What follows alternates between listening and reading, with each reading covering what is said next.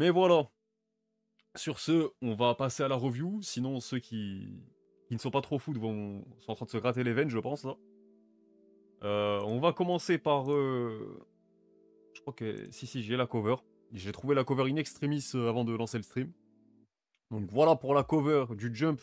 C'est le combien? C'est le numéro 16. Donc c'est Blue Box en couverture, les gars. D'ailleurs, j'ai une news à vous partager sur Blue Box. Est-ce que je vous la donne maintenant? Est-ce que vous l'avez vu passer sur Twitter? Selon un commentaire récent du mangaka de Blue Box, je crois que c'est Koji Miura, si je dis pas de conneries, bah Blue Box serait plus proche de sa fin qu'autre chose. Voilà. Le manga, apparemment, il va pas s'éterniser non plus. C'est vrai qu'après, c'est une comédie, comédie romantique, rom-com. C'est forcément un peu limité pour pas que ça tourne en rond et trop vite et tout. Mais si ça s'avère vrai, du coup, si selon lui, bah, ça se fait vraiment comme ça. Alors, on sait pas, hein. C'est les gars, il a dit ça là comme ça, mais même lui, je pense qu'il ne sait pas à combien de tomes précisément ça va se finir. Mais il n'empêche que ça serait un coup dur pour le Jump, vu que le manga, bah, en ce moment, on sait qu'il brille dans le Shonen Jump. C'est clairement lui qui bénéficie le plus de son animé, en tout cas dans les adaptations récentes. Donc maintenant, à voir ce qu'il en est. Et regardez, bah là, justement, il a la couverture aussi. Mais je vous disais aussi, toutes les semaines, je vous dis que le manga, il est pas encore sorti du podium. Ça montre bien aussi sa belle dynamique à ce niveau-là. Donc là, le fait qu'on annonce là, peut-être qu'on se dirige vers la fin du manga, alors qu'il est un peu à son prime, j'ai envie de dire, et que c'est devenu un titre important du Jump, un titre porteur, c'est encore un coup dur, malheureusement, pour un magazine qui essaye de se relever avec des nouveaux hits, comme Ichi the Witch qui est encore premier cette semaine, ou Kagurabashi qui est troisième cette fois-ci. Mais voilà, maintenant, ça peut se finir dans 2 3 mois, comme ça peut finir l'année, comme ça peut se finir l'année prochaine, c'est un peu flou. Mais juste, je vous partage la news parce que l'auteur lui-même a mentionné la fin de son manga, qui sent plus ou moins proche, on va dire. Donc je sais pas comment vous interprétez ça, ce que vous en dites ou quoi. Mais ouais, pour l'instant, il y a déjà 19 tomes. Donc, ouais, une romance qui se finit en une vingtaine de tomes, moi, ça me paraît pas déconnant, genre. Ça me paraît même naturel, là, en soi. Et je préfère que l'auteur parte un peu comme il le veut à son prime, voilà, sans déborder, sans trop tirer sur la corde, plutôt que le manga finisse par se casser la gueule, finir dans le fin fond du sommaire du Jump des classements, et au final se casser la gueule aussi au niveau des ventes, avec un peu l'usure, voilà, les gens qui se lassent, tout ça. Donc au final, pour moi, c'est plutôt une bonne chose pour le manga, un peu moins pour le Jump, mais ça, c'est autre chose. C'est un autre débat après. Donc ouais, les lecteurs, de ce que j'ai compris, de ce que j'ai vu sur Twitter, ça rejoint un peu ce que vous dites dans le chat. C'est que les lecteurs s'y attendaient, enfin s'y attendent. Tu sens quand même le truc venir quand t'es un peu à peu près à jour. Tu sens que l'histoire évolue, voilà. J'imagine que la relation entre chaque perso aussi montre certains signes. Donc ouais. C'est pas une femme qui écrit Blue Box. Alors je t'avoue que je... Non, je crois pas, hein, je crois pas. Je sais qu'il s'appelle Kujimura, je crois si je dis pas de bêtises. Mais je crois pas que ce soit une femme en tout cas. Non, c'est un homme. Ok, bon bah, voilà. On le sentait depuis quelques mois, car Shinatsu était dans sa dernière année. Après oui, c'est ça, c'est vrai que Blue Box, dès le départ, t'es quand même limité par les années scolaires de ses protagonistes, là. Et il y a une espèce de promesse qui est faite entre Shinatsu et Tatsu, je crois, le prota. Donc il y a elle qui est en dernière année, ou je sais pas quoi, là, enfin plus proche de sa dernière année de lycée que lui, quoi. Taiki. Ah voilà, Taiki, bien vu. Mais en tout cas, c'est vrai qu'il y a cette promesse-là qui est faite qui laissait déjà entrevoir une fin. Bah. En fait, t'as déjà la fin tracée, en fait. Donc maintenant, à voir combien de temps ça prendra pour l'arc final, on va dire, la phase finale, pour conclure tout ça. Je viens de vérifier, c'est bel et bien une femme. Ah ouais? Attends, mais il s'appelle. Attends. Que je. Que je dise pas de conneries. Parce que Kujimura, si c'est bien ça le blaze, je savais pas que c'était les deux. Ouais, c'est ça, Kujimura, je dis pas de conneries. Ah non, c'est une femme. Ok. Après, ça change pas grand chose en soi, hein. Mais juste, je savais pas que le prénom Koji au Japon étaient... Enfin, ça pouvait être les deux, quoi. Ok. Bon, bah voilà, au moins, on en apprend une ici. Donc, on va reprendre par la fin du classement. Et là, même dans le bas du tableau, on voit du changement et une mauvaise nouvelle pour un manga. Donc, Sidecraft, Love is a Mystery. Chaque semaine, on me dit que c'est un peu de mal à décoller ou quoi. Enfin, je vois pas de grands retours très, qui saucent vraiment le manga, on va dire. Et là, il avait une page couleur la semaine dernière. Il revient dans le classement à la dernière place. Donc, les gars, je vous le dis, ça sent pas bon là. Ça sent pas bon quand ça se passe comme ça. Donc, bien sûr, on n'a pas encore les ventes du premier tome. Donc, on verra à ce niveau-là quand il sortira. Mais ouais, c'est vrai que la dynamique devient de plus en plus compliquée. Ça se complique. Alors que au début, on savait pas trop. C'était un peu mitigé à ce niveau-là. Mais ça a l'air de prendre la direction qu'il faut pas, tout simplement. Pour un nouveau manga dans le Jump, en tout cas. Donc, encore une fois, c'est une preuve qui démontre. Bon, après, c'est pas fait, je suis pas en train d'enterrer le manga définitivement, on sait jamais. Mais c'est quand même une preuve qui montre que malgré le fait qu'il y ait un auteur, qu'il y ait un auteur un peu connu dessus, voilà, Tsutsu Itaishi, qui a fait notamment We Never Learn, qui a fait ses armes dans le Jump, surtout dans ce genre-là, comédie romantique. Bah les gars, c'est jamais gagné d'avance, encore une fois. Les gens pensent toujours le contraire, et au final, non, non, moi je sais par expérience qu'il y a eu plein de beats que j'ai vécu d'auteurs un peu connus, réputés, qui avaient effectué leur retour dans le Jump et ça n'a pas marché. Voilà, on pense à l'auteur de. Déjà, Masashi Kishimoto sur Samurai 8. Il y a eu Bull King aussi, enfin, pour l'auteur de Toriko. Il y a eu les. Ryuhei Tamura, l'auteur de Belzebub, qui a essayé de revenir et qui a bidé à chaque fois. Pareil pour l'auteur de Noura le Seigneur des Yokai. Enfin bref, il y a souvent des auteurs comme ça qui ont une fanbase pourtant. Ça marche pas, ça prend pas et c'est tout, malheureusement. Donc comme quoi, ça redonne encore plus de mérite à Ichi the Witch et donc Shiro Uzazaki et l'autrice aussi de Hiruma à l'école des démons, j'ai oublié son nom. Ça montre que, ok, certes, elles ont une fanbase, les deux sont populaires, les deux ont fait déjà leur preuve, mais dans le Jump, tu dois toujours repartir de zéro, peu importe qui tu es, à part si vraiment, je pense, t'es Toriyama, enfin, à l'époque, quand il revenait qu'à One Shot, c'est vrai que ça marchait à chaque fois. Mais c'est rare les auteurs, en tout cas, qui percent systématiquement, peu importe les œuvres qui nous pondent, quoi. Donc voilà. Ah, Togashi aussi avait effectué avait réussi ses retours avec Hunter x Hunter. Level E avait plutôt bien marché aussi pour un manga court. Mais bon, voilà. Après, il y a Taito Kubo aussi qui avait réussi son retour avec Burn the Witch, mine de rien. Et le one-shot de Bleach qui avait été bien accueilli. Mais lui, il était juste venu pour nous scammer, donc voilà, c'est peut-être pas à prendre en compte. Donc voilà, ensuite on a Super Psychic Policeman Shoujo à l'avant-dernière place, donc là pas grand chose à souligner en vrai. Franchement, la suite pareil pour nous Exorcist qui est dans le trio de fin. Si pour lui, les gars, j'ai une petite news à vous partager qui pourrait éventuellement sauver le manga. Alors attendez, faut que je retourne dans mes signés plutôt. En fait, le manga, il a gagné. Il y a eu un sondage au Japon. Et le sondage, c'était quoi? C'était les mangas qu'on aimerait bien découvrir en animé au Japon. Tu vois, les Japonais, ils ont voté. Et il s'avère que Nous Exorcist a été le premier. Le premier cité, genre, le plus cité en tout cas. L'auteur a fait une petite illustration pour l'occasion.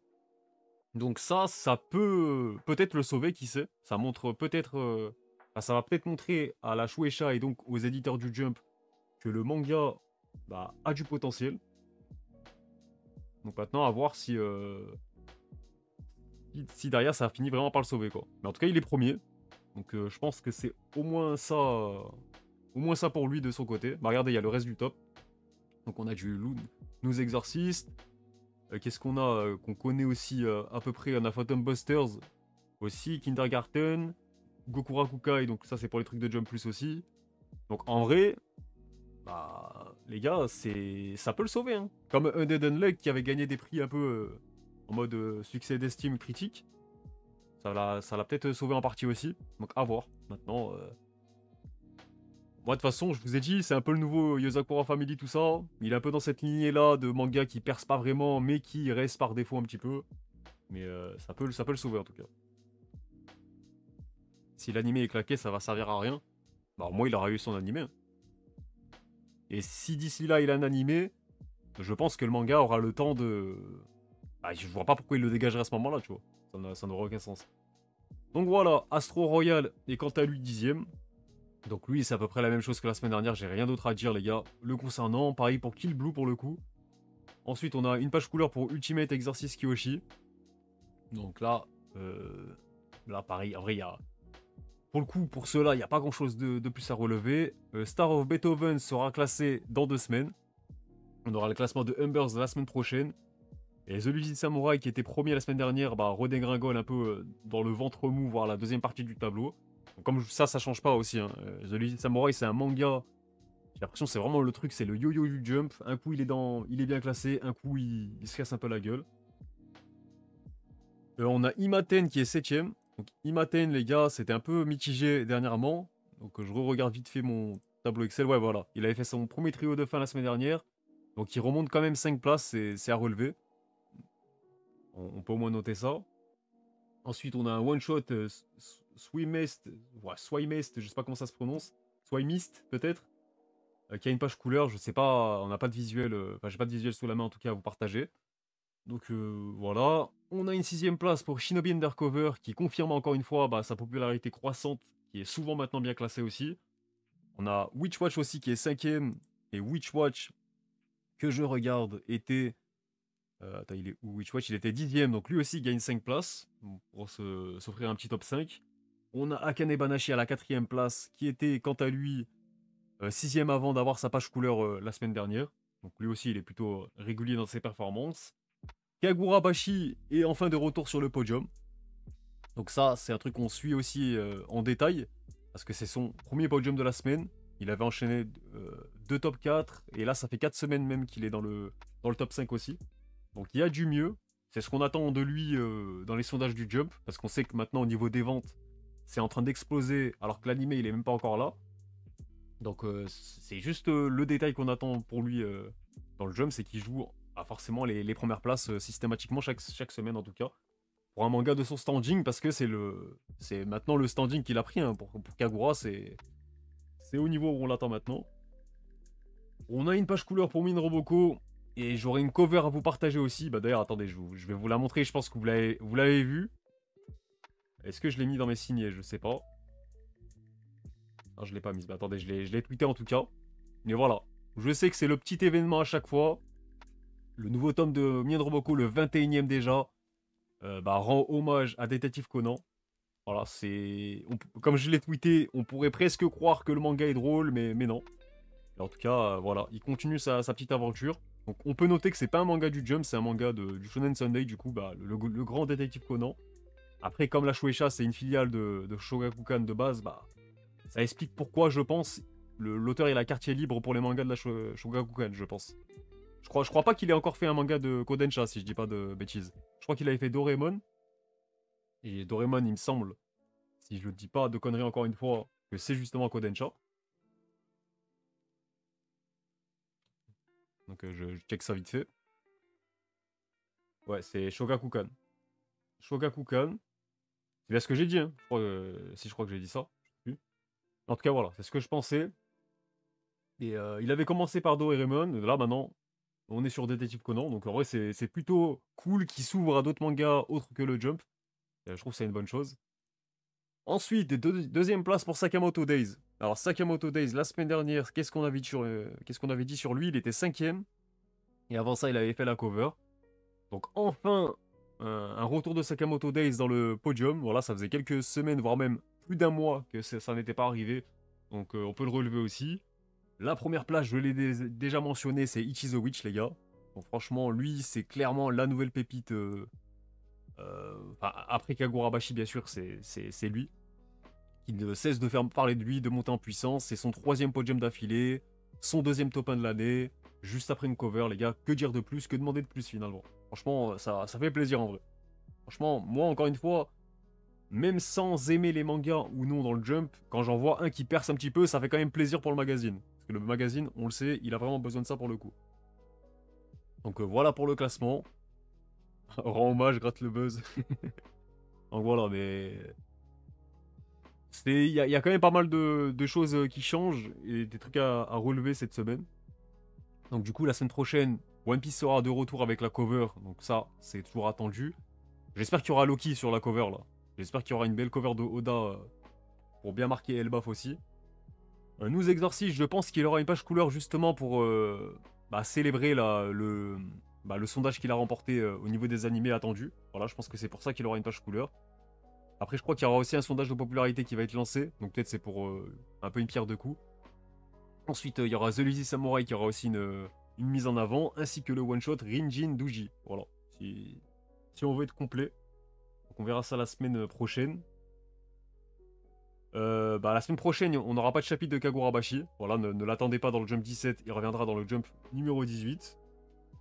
Et ensuite, qu'est-ce que j'ai relevé? Alors les gars, ça je l'ai relevé parce que ça m'a rendu un petit peu nostalgique sur le coup. Est-ce que vous vous rappelez de ce manga, pour ceux qui suivaient mes vidéos, je crois que c'était en 2018 à peu près. C'était un gag manga qui avait remplacé Isobe Monogatari, là, le gag manga qui était présent durant les années 2010 du Jump, là.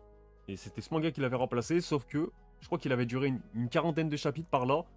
Et il l'avait transféré ensuite dans le Jump Plus. Bah là, le manga va se conclure, enfin il s'est conclu au Japon en tout cas, après 135 chapitres et 10 volumes, les gars. Donc comme quoi, ce manga, il a fini par faire sa petite route ailleurs que dans le Jump, mais ça me... Je pensais pas que... Ouais, je pensais pas que ça avait duré autant entre temps. Donc voilà pour la petite anecdote.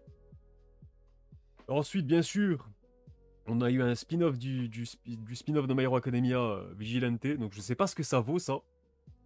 J'en entends pas vraiment parler à chaque fois, mais le visuel, en tout cas, je trouve qu'il est fidèle au chara design du manga. Ça a l'air prometteur, en tout cas, à voir. Je pense que ça va intéresser les gens. De toute façon, My Hero Academia est terminé. Faut bien qu'ils mangent autre part. Donc je vous mets le teaser ici dans le chat. Moi, comme d'habitude, je peux pas tout vous montrer, malheureusement. Bon, c'est pas vraiment le Shonen Jump, mais vu qu'il avait été publié pendant un temps, pendant un mois, quand son magazine avait été annulé, voilà, Claymore, je fais aussi son actu. Et il y a un live action qui a été annoncé au Japon, donc maintenant, à voir ce que ça donnera, mais je trouve que Claymore, c'est une bonne idée de l'adapter en live action, si c'est bien fait. Vu que c'est un peu un univers de dark fantasy et tout, si c'est bien fait, les gars, ça peut être hyper lourd, hein. Ça peut être hyper intéressant à suivre, donc à voir en vrai. À voir ce que ça donnera. La semaine prochaine, on aura aussi un nouveau chapitre spécial de Koshikame. Donc l'éternel Koshikame qui, même après 200 volumes, ne s'arrête pas. Il revient toujours faire un petit coucou dans le jump. Donc c'est plutôt cool pour l'auteur. Donc ça, c'était le petit message de l'auteur de Blue Box. Et j'ai pas précisé qu'il disait aussi de le soutenir plus que jamais. Vu qu'on est plus proche, on est sur la fin du manga qu'autre chose. L'auteur de Mama Yu, les gars. Je sais qu'il y en a quelques-uns ici qui kiffaient ce manga qui avait été axé dans le Jump il y a pas si longtemps. Enfin, il y a quoi? Il y a 2 ans, je crois, je dirais. Va revenir avec un one-shot sur le Jump Plus encore. Donc maintenant, à voir ce que ça donnera. Ça s'appelle Aneto Kabeshiri to Watashi. Voilà, super accent japonais. Maintenant, je pense que c'est un retour attendu, ça, par exemple. Je trouve que l'auteur, c'était prometteur. J'aimais bien son art style aussi. Donc à voir s'il parviendra à rebondir ailleurs que dans le Jump. Mama Yu était sorti une semaine avant Kagurabashi. Ah, voilà, c'était ça. Bien vu, en vrai, c'était exactement ça. Donc on verra ce que ça donne. Et qu'est-ce que j'ai noté d'autre? J'ai noté ça, les gars. Ils ont annoncé des nouvelles figurines de Dragon Ball qui reprennent une cover du Jump iconique. Je pense que vous avez la ref. Mais voilà, ça c'était la cover du Jump principal. Et ça c'était l'arrière du numéro, justement. Avec les bouts, voilà, avec l'opposition face aux protagonistes, etc. Donc je trouve que les figurines sont lourdes en vrai. Et je pense que je peux vous les retrouver, histoire de conclure là-dessus pour la revue du Jump. Donc attendez, je vous check ça parce que je crois que j'ai le visuel dans mon dossier Dragon Ball normalement. Donc si vous avez des choses à relever ou à dire sur cette semaine, ce numéro, profitez-en le temps que je cherche mon petit truc là. Est-ce que je l'ai en vrai? C'est une bonne question ça. Peut-être que je l'ai pas dans mon dossier mais je l'avais vu. C'est sûr et certain. Bon déjà au moins j'ai la cover normalement. La cover elle est où? Elle est où cette cover? Elle est là. Voilà, tac, c'est celle-là, du coup. Hop, je vous remonte ça. façon, on voit que c'est coupé là. On voit la jambe d'un bout plus son bras. Mais en vrai, c'est la quatrième de couverture du coup, enfin l'arrière, on va dire, du magazine où on a les bouts qui sont présents, tout simplement. Mais il me semblait que je l'avais en complète là. Bon, je sais pas où j'ai foutu ça, mais au moins vous avez la ref. Mais je pense qu'il y en a qui l'avaient déjà deviné en vrai. Voilà, tac. Au moins, on est complet si j'ai pas oublié quelque chose. Ah mais Yu Yu, c'était mythe, désolé. Ah, t'es dur. Bah, je trouve que c'était prometteur. Alors, je suis pas en train de dire que c'était exceptionnel, mais vu l'univers du manga et tout, je trouve que c'est assez prometteur, moi.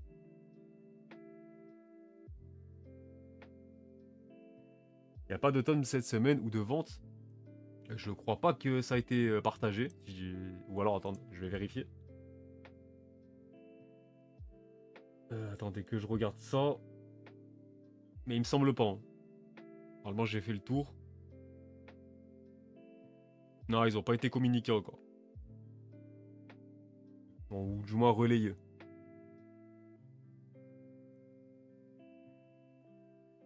T'as parlé du live action de Sakamoto. Bah, il y a un live action. Bah, j'ai dû passer à côté de l'info, les gars, hein. Vous me dites, enfin, si vous avez le lien de la source et tout, envoyez-moi sur soit sur Twitter, soit en DM sur Twitch directement. Mais les gars, je suis tellement le focus et le nez dans mon script en ce moment, mon écriture là, dans ma vidéo que, en vrai, j'avoue que je suis beaucoup moins présent sur les réseaux en ce moment là. Même sur Discord et tout, les gars, moi je suis souvent en voc avec des potes sur Discord et tout. Là, j'avoue que je suis un peu déconnecté en ce moment. Donc ouais, j'ai vu pour Clément, mais j'ai pas vu pour Sakamoto. Par le réal des live action de Gintama. Ah bah ça c'est une bonne nouvelle parce que les films de Gintama apparemment ils sont pas dégueux. Je les ai pas vus hein, mais en tout cas des retours à voir.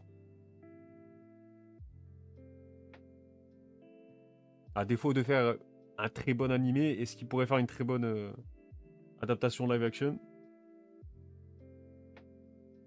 Bon j'avoue que moi les live action c'est pas ce qui m'attire le plus.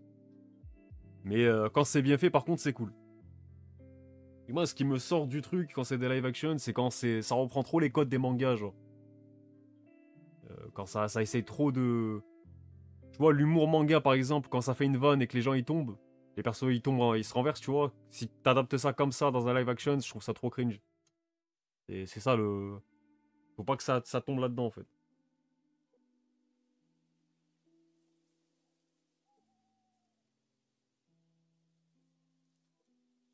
Non, faut pas envoyer sur le chat, parce que sur Twitch, ça censure les liens.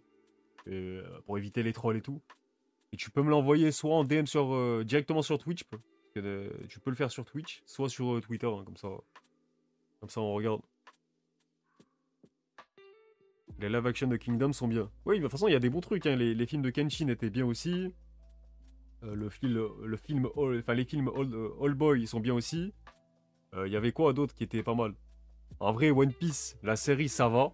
Justement, quand ça tombe pas trop dans le côté cringe, je trouve que ça allait.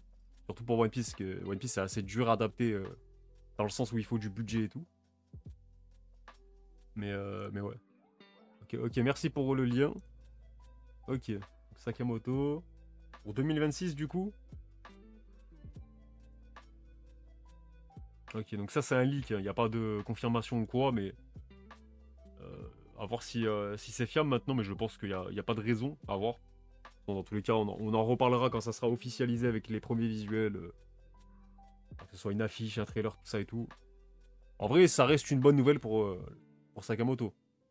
Parce que imaginez que on n'ait pas le boost qu'on attendait forcément sur l'animé, ou du moins, avant de voir les premiers visuels, trailers, tout ça et tout, on pouvait s'attendre à un boost pour Sakamoto Days.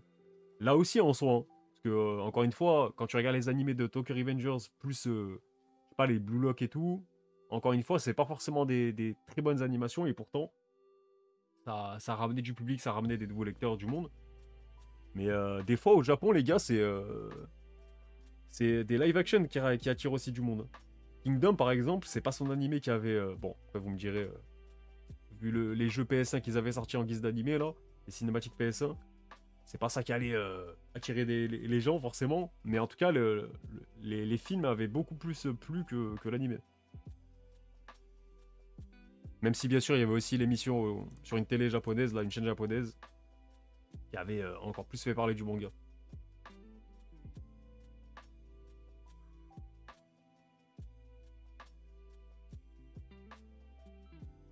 Putain, c'était quoi le plus gênant que j'ai vu en live action?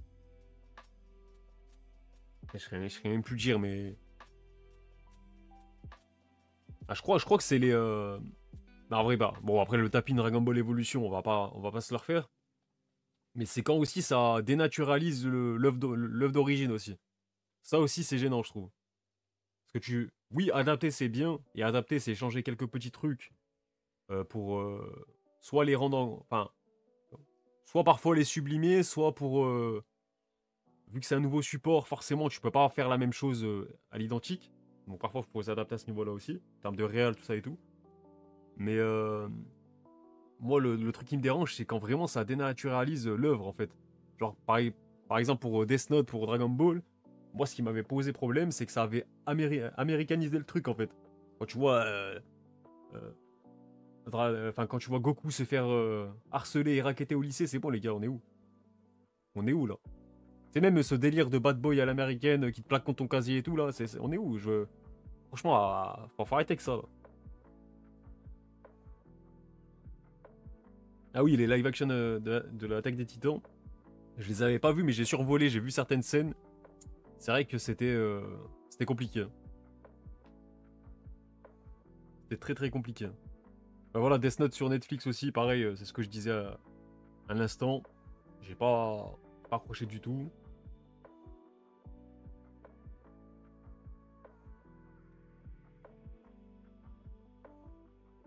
La série Cowboy Bebop sur Netflix aussi, j'ai pas trop kiffé. Zero, j'ai pas vu, enfin j'ai même pas vu l'animé, donc j'allais encore moins voir du coup là, il y avait un live action. Mais ouais, après, encore une fois, c'est un bonus, hein, on n'est pas obligé de le regarder non plus. Donc. Moi, tout ce que je retiendrai, c'est si ça attire des gens, quoi. Enfin, sur le manga, j'entends. Allez, bon anniversaire en retard au Canop. 4 premiers tomes de Gashiakuta. Bah, Gashiakuta, je crois qu'il y a un animé qui arrive aussi d'ailleurs. Je crois qu'il y a. Je sais plus si c'est officiel ou si c'est un leak. Mais en tout cas, ça arrive.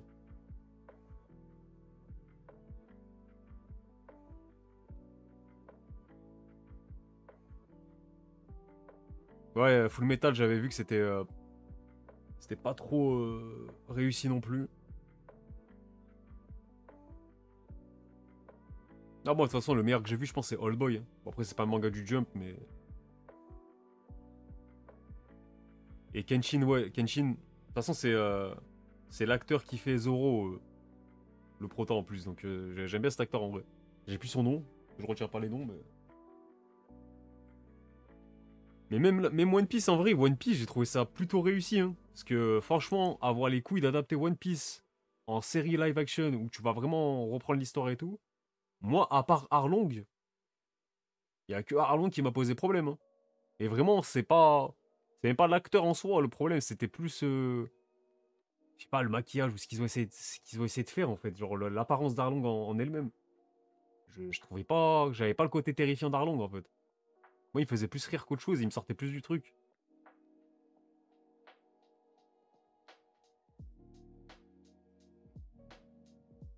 Je pense qu'Akane Banashi aura un animé ou un live action ou bien les deux.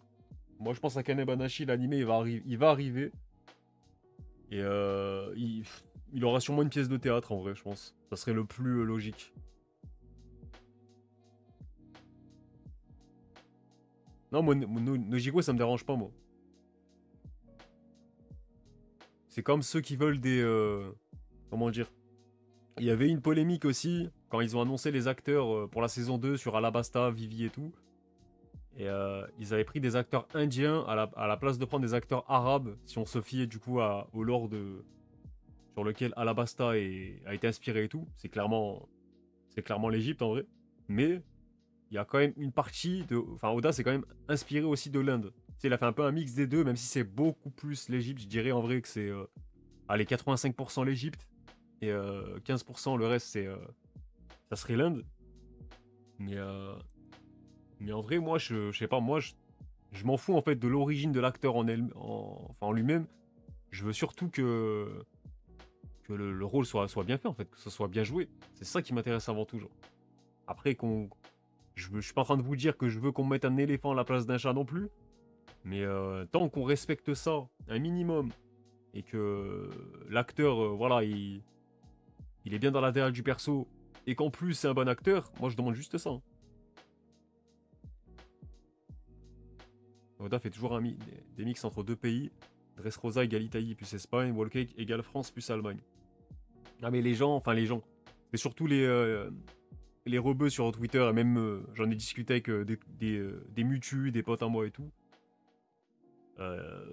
Ils voulaient pas entendre cet argument-là, alors que moi je trouve que ça s'entend, hein. Parce qu'il y a des color spread de Alabasta, les gars, c'est clairement. Attendez, je vais vous les retrouver. Donc bien sûr, moi je suis d'accord, hein, c'est peut-être dommage qu'ils aient pas pris enfin, des acteurs arabes aussi pour représenter l'arc et tout. Mais si bah, les acteurs indiens qui ont passé le casting étaient meilleurs pendant le casting, les gars, moi je suis pour. C'est ça que je vais regarder avant tout, hein. Alors attendez, Alabasta, c'était vers quel chapitre? C'était dans la centaine. Hop, attendez que je retrouve One Piece. En vrai, c'est bien d'avoir tout sous la main, mais j'ai tellement de dossiers, de visuels du coup que. Ok, 130 à peu près. Ah, tu sais quoi, on va commencer par là. Et là, je crois que c'est vers Dory Brogui. Hop.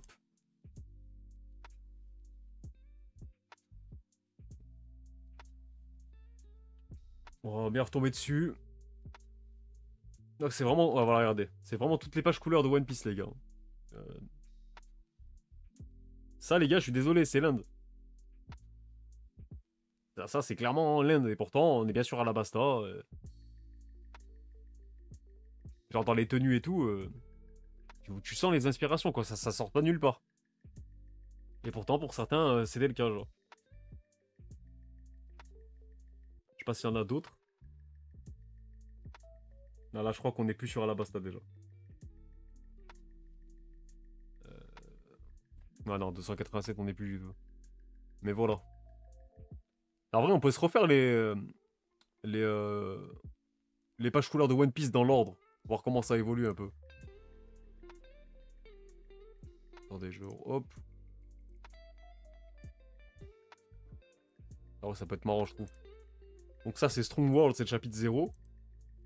Il était sorti en je sais plus quelle année maintenant.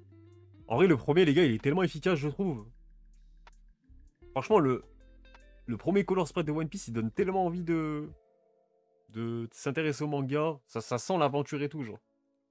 Moi, je kiffe le premier, en vrai.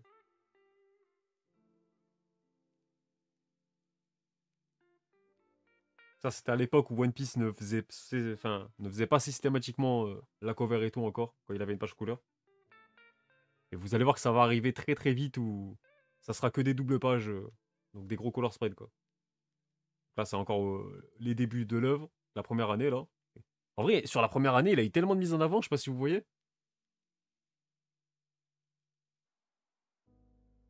Là, quand c'est comme ça, quand il y a une ambiance derrière dans les décors et tout, et ce que dégage l'illustration, j'aime trop, moi.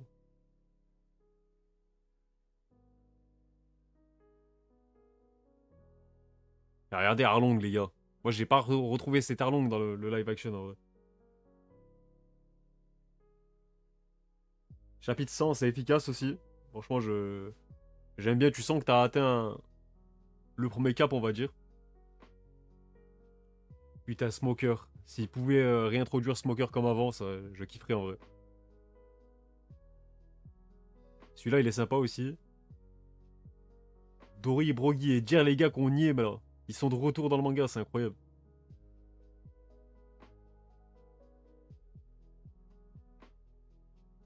En vrai, il faut en avoir de l'inspi pour toujours revenir avec une nouvelle idée. Ah là, on est de retour du coup sur Alabasta, ce que je viens de montrer. Et à l'époque du Baroque Works. Alors, vrai, c'était quelque chose cet arc aussi, hein. Zoro sous bandeau, les gars, c'est quelque chose aussi. Ah, celui-là, il est cool. Là, t'as envie d'être en vacances avec eux, là.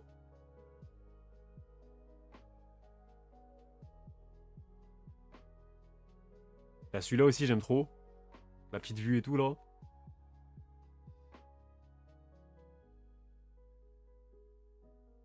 Ah, même là, en vrai.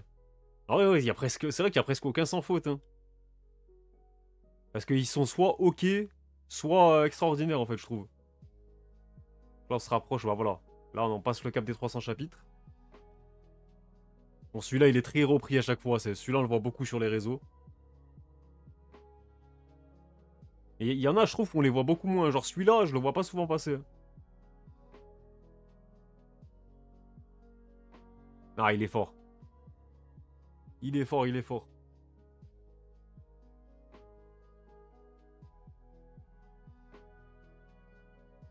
Là, ça change un peu dans la composition, c'est cool. Celui-là aussi, il est très repris. C'est-à-dire que Wano, les gars, on l'attendait depuis là, hein.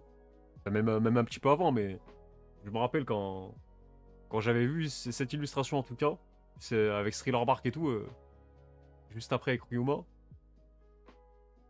il y avait vraiment une hype sur Wano avant même d'y aller, quoi. Celui-là, c'est un de mes préférés aussi. Franchement, les jeux de lumière et tout, magnifique. Là, tu sens le côté exploration du manga, là.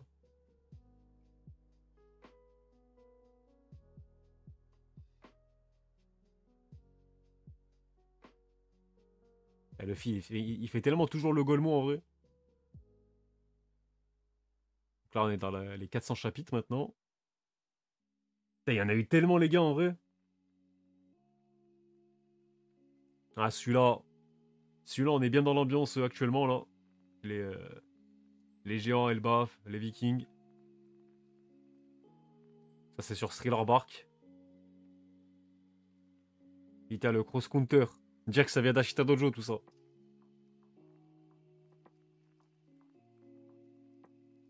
Non, moi, les gars, mais vous allez voir, mes color spreads préférés, c'est souvent ceux depuis les 2 ans, depuis l'ellipse. Et particulièrement ceux vers l'île des hommes poissons, vous allez voir. Alors, Oda, il a enchaîné les masterclass à ce moment-là, vous allez voir, c'est une dinguerie. Celui-là, j'aime bien, ça reprend un peu les moments phares, un peu iconiques de certains Mugi. Ça, c'est apparemment le color spread qui aurait teasé la mort de Ace. Alors là, petit, apparemment, j'ai trouvé tout ça où? Sur le wiki de One Piece. Après, je les ai pris en grand format. Et... celui avec les grands corsaires, il est lourd. Il est vraiment lourd aussi. Putain, même lui, les gars, celui-là, il est incroyable. Avec les évadés de Impel Down, là. Ah, ça donne envie d'être en été. Ah, mais les gars, Oda, c'est faux. Respectons ce grand monsieur, s'il vous plaît. Regardez-moi ça, c'est magnifique. Par contre, je suis d'accord, moi, je préfère Oda sur ses illustrations, ses color spread et tout, ses pages couleurs, plutôt que les covers du manga. Je trouve que son style rend mieux sur des grandes illustrations comme ça, plutôt qu'un manga où il a tendance à trop surcharger. Donc là, on arrive à l'ellipse. Là, c'est le premier depuis l'ellipse. Donc celui-là, magnifique, ça reprend en plus le premier et tout. J'aime bien le parallèle. Ça, c'est un des meilleurs pour moi. Trop efficace. Et là, regardez bien l'enchaînement. Regardez bien cet enchaînement de fou. Là, on arrive sur bientôt sur l'île des hommes poissons. Et regardez bien. Putain, celui-là, incroyable. Celui-là, c'est un de mes préférés aussi. Franchement, elle est... peut-être que c'est trop surchargé pour certains, mais moi, je sais pas, je... il y a une ambiance à chaque fois, en fait. C'est ça que je kiffe avec Oda. Même lui, pareil, hein,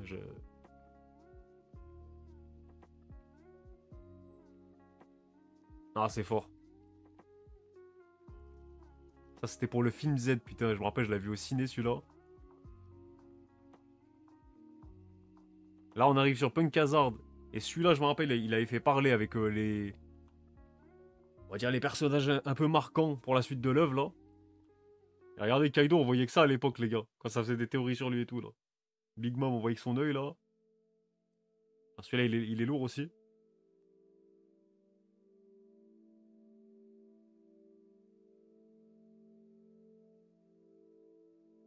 Oh là là là là.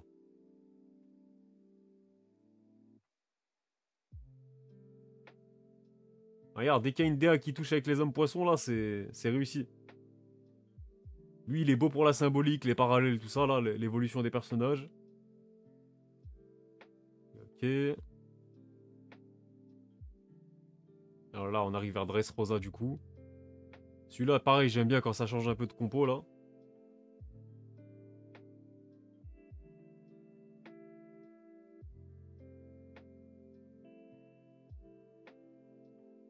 Ah, celui-là, il est lourd aussi, avec les drapeaux de tous les pays et tout.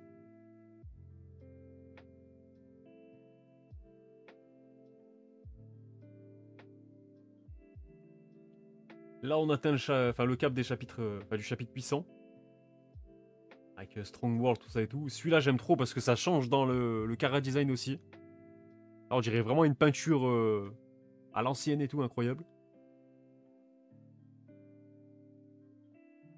Là, c'est le film Gold. Celui-là avec les feux d'artifice, il est magnifique aussi. En vrai, ça serait dur, je pense, de faire un top. Carrément un top.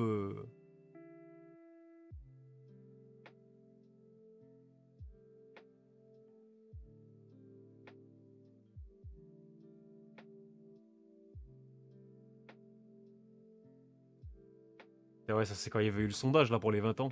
Avec tous les persos et tout. Et là, on était sur Wall Cake.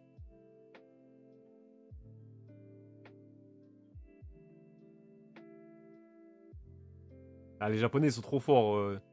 Sur les visuels été, ils sont injouables. Les petites pastèques et tout.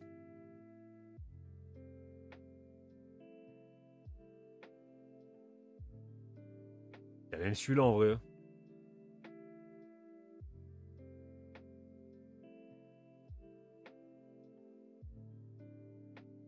Il y a même Brooke qui frappe dans sa tête à la place du ballon, ça m'éteint aussi.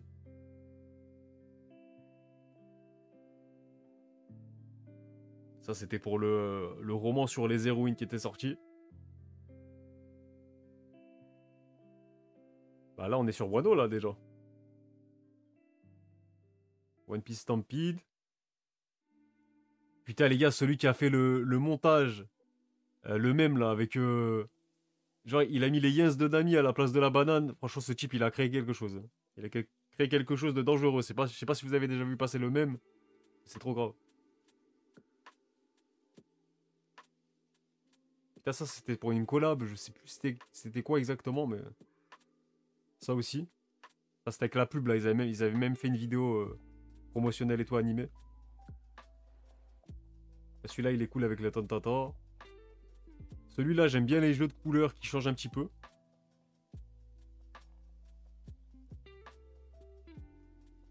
Et là, le chapitre 1000 et 999 aussi. Franchement, bah... Il est aussi derrière moi, les gars. Hein. C'est pas pour rien que je l'ai mis dans mon décor. Hein. L'équipage de Kaido. En vrai, c'est dommage, l'équipage de Kaido. Je trouve que Oda, il a flop. Il a vraiment flop parce qu'il avait créé un sacré équipage, là.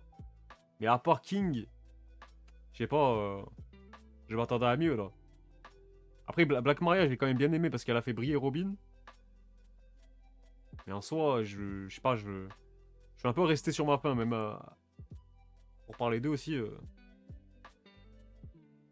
Là, celui-là, il est trop lourd en vrai.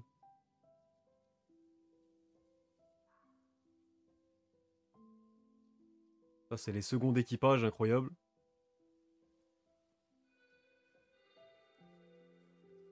Là, ça, c'était pas loin du Gear 5, je crois, là.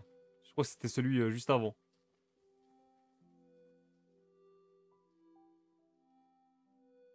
One Piece Odyssey, ça, c'est le jeu. Les nouveaux empereurs. One Piece Film Raid. Par contre, regardez combien de fois il va nous mettre Uta pardon, dedans. Uta, oui, bien sûr, il va mettre moi. Mais Uta, les gars, il a trop forcé avec elle. Genre, c'est un perso de film, il nous l'a mis pendant des mois et des mois après, genre. Non, là, elle est pas. Mais elle va revenir après, je crois. Là, non, il l'a pas mise là. Non, elle est pas. Là, celui-là, il est lourd aussi.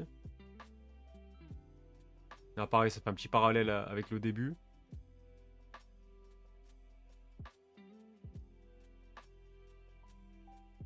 Putain, Ryuma. Incroyable. Là, on arrive sur Egghead avec les Vegapunk.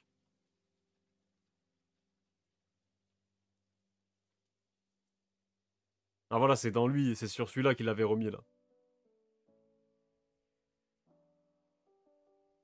Alors je crois qu'il va me manquer les tout derniers, parce que mon dossier il est pas forcément mis à jour. Donc voilà, c'est le dernier que j'ai celui-là. Je crois qu'il y a, bon, Oda a dû en faire quelques-uns après ça.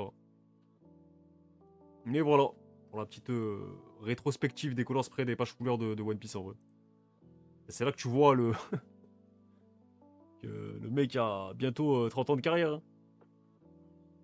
Et...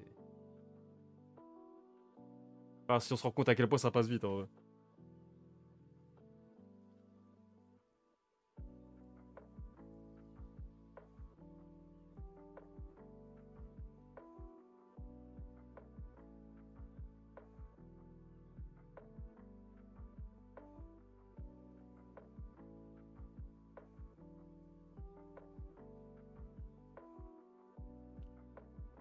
Non mais quand je dis ça passe vite, c'est en général. Moi, quand je me dis que j'ai commencé One Piece, c'était au début de Punk Hazard, quand j'ai rattrapé. La fin des hommes poissons, les gars, bien sûr que ça passe trop vite, vous vous rendez pas compte. Hein.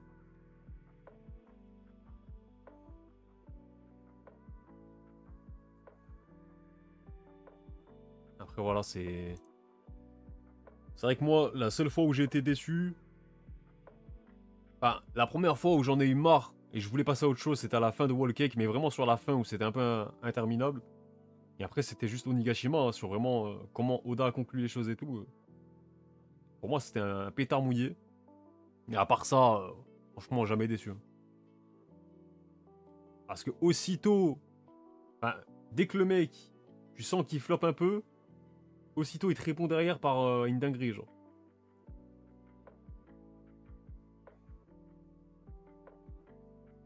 Mais là, que ce soit Egghead, toutes les révélations qu'on a eues en lien, de près ou de loin avec le One Piece, en tout cas les grands mystères du manga, et là maintenant sur Elbaf où tu sens que l'arc, enfin moi déjà il est prenant de fou, mais je sens que là ça va péter vraiment là.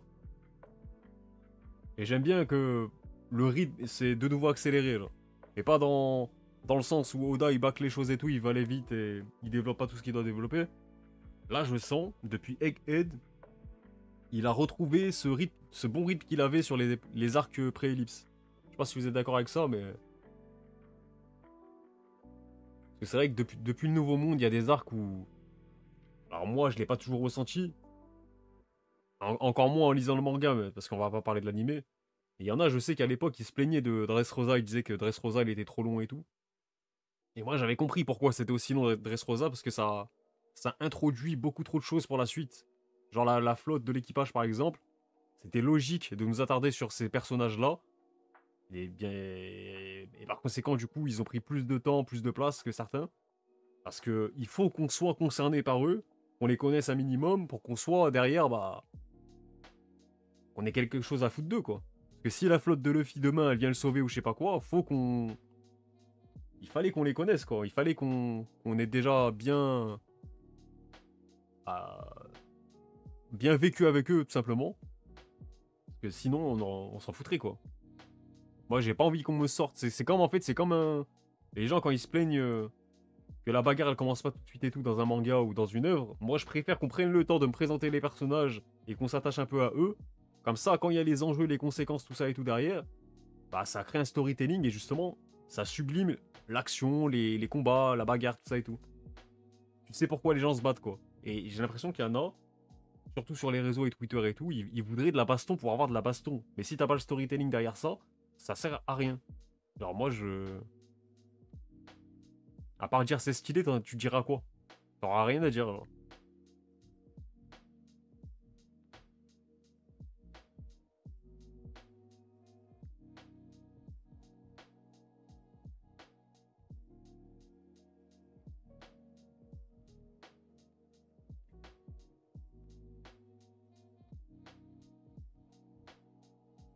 Après, c'est vrai que pour Wano, c'était 4 ans quand même, hein. 4 ans, c'est long pour un arc, hein. Surtout qu'il y a des trucs qui étaient pas nécessaires, c'est ça le problème pour ce genre de d'arc. C'est que Wano, ça je l'ai toujours dit, il a trop développé de. Enfin, il a trop mis en avant de personnages un peu OSEF, qui ont créé des sous-intrigues déjà en place, qui fait que ça a pris un temps monstre, et que ça. Ah, c'était en plus au détriment de certains personnages principaux. Et c'est ça qui fait tâche un peu au final, quoi. Sans parler de la conclusion en elle-même de l'arc. Moi, moi, le coup de Shanks qui arrive pour promouvoir le film Raid, faut aller se faire foutre, hein. Ça, je l'ai trop mal pris, hein. Moi, je l'ai pris comme une insulte, moi, perso. Parce que ça se sentait qu'à ce moment-là, c'était pas naturel, les gars, c'était forcé. Shanks, tu sens qu'il est juste venu pour ça. Ouais, les gars, bah. Comme je sais pas, quelqu'un qui vient dans une vidéo Squeezie pour faire sa promo. En fait, tu sais qu'il est là que pour faire sa promo, mais vas-y, ça casse un peu le côté naturel de la collab, du coup, genre. Ah bah les gars, en fait, je fais un Zénith le 15 mars prochain. Ah bah non. Ah, franchement, je sens que ça m'a rendu fou parce que derrière, bah, le combat, bah, le combat, il est bâclé pour ça, quoi. En vrai, le combat contre Kaido. La fin du personnage de Kaido est bâclée. Donc, peut-être qu'on le reverra après, je sais pas, mais ça a entaché l'aura qu'il avait pour moi.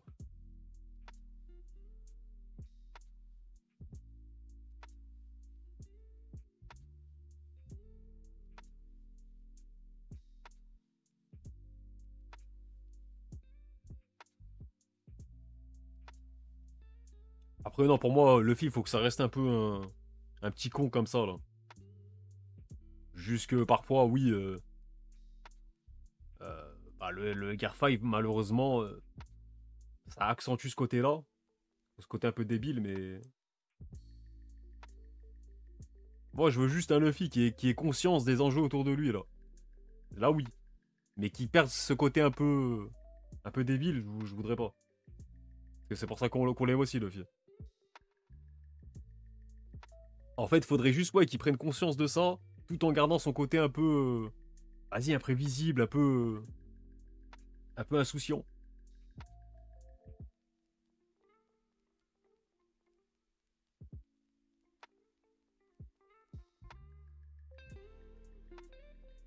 Donc après, on verra, mais en tout cas, tout ça pour dire que même dans des périodes où One Piece va peut-être me lasser, enfin me lasser, pas me lasser parce que ça me lasse jamais, même quand ça me déçoit, je suis toujours là chaque semaine et tout. Je pourrais jamais faire une pause de One Piece comme je peux le faire pour certains mangas parfois. Mais ouais, quand tu sens qu'il y a un coup de mou, au final, Oda il sait rebondir derrière et te ressaucer comme avant quoi. Et pour, et sur Egghead et Elbaf aujourd'hui, il a su le faire. Là, vraiment, je sens ma hype pour parler comme sur les réseaux. Elle est autant présente que quand j'ai commencé le manga, là, pour vous dire. Et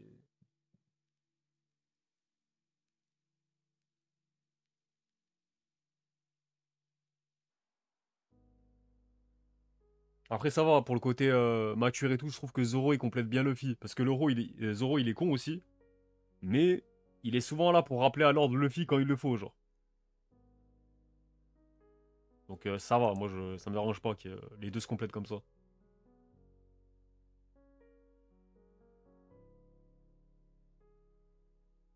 Donc maintenant, on verra.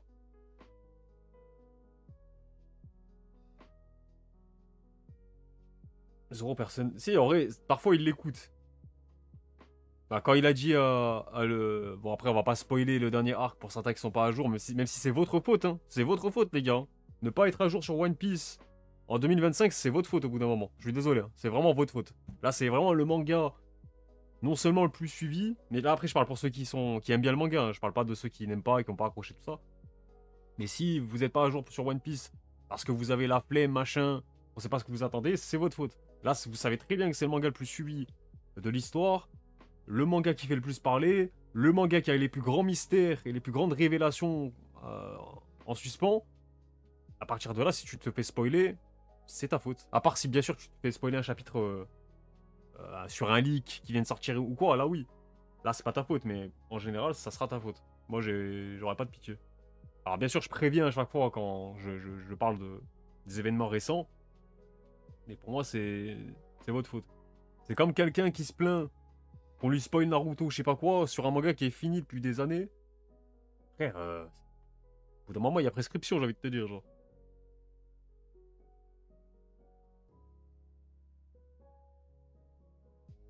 Ah mais non, l'animé, les gars, faut abandonner. Je vous le dis, faut abandonner. Le manga, il lui met tellement une vitesse depuis très longtemps. Mais voilà, du coup, je disais que Luffy a écouté Zoro récemment. En mode, il lui a dit, va, esquive, esquive. Si il avait pas écouté Zoro, je pense peut-être il serait passé une dinguerie. En tout cas, Luffy, il avait pas forcément anticipé ça.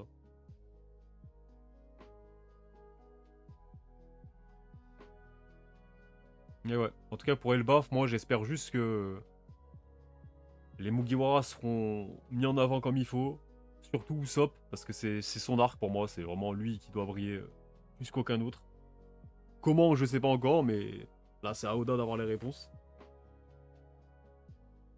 Et ouais, Loki, par contre, ouais, j'en attends de fou. Parce que le personnage, il a une aura, surtout même dans les derniers chapitres et tout, là. Tu sens que c'est un vrai perso, là.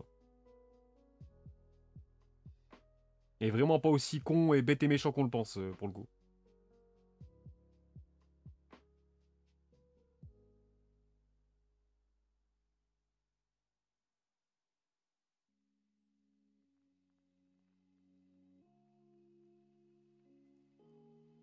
Après, il y a une différence. Parce qu'avant la mort de Ace, oui, enfin, après la mort de Ace, on peut se dire que Luffy, il sera plus réfléchi, qu'il va plus foncer dans le tas comme un con. Mais là, avant, il fonçait dans le tas comme un con. Mais depuis, il fonce pas dans le tas comme un con, je trouve, pour moi. Moi, perso, je le vois plus en mode. C'est un type qui a confiance en ses capacités, qui a une assurance folle maintenant, il fonce pas plus dans ce sens-là qu'autre chose. Moi, c'est comme ça que je le vois, là. C'est en mode, il sait il va te casser la gueule s'il y va, quoi. Yo, essaye, t'as dit quoi? Après, oui, il a ce côté insouciant, égoïste, encore une fois, mais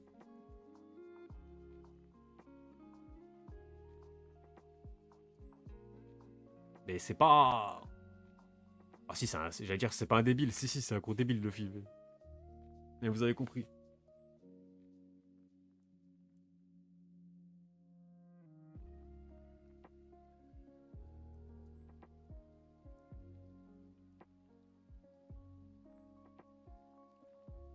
Là, vous êtes tous à jour sur One Piece? En plus, il n'y a pas de chapitre ce week-end. Ah, c'est dur, hein. C'est dur quand il y a des pauses, mais vas-y, c'est bien pour Oda, ouais.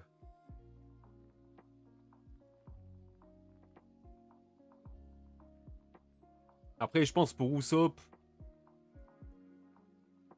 moi, je pense que à terme, tous les mensonges qu'il avait dit à l'époque à Kaya, je pense que tous les mensonges qu'il lui a sortis, ils vont se transformer en réalité. Genre, il va vraiment le faire au fur et à mesure. Moi, c'est le seul souhait que j'ai pour lui. Quand il revient à son village natal, qu'il raconte tout ça, et que là, ça soit vraiment vrai, ces aventures. Ça serait trop lourd de se faire faire ce parallèle.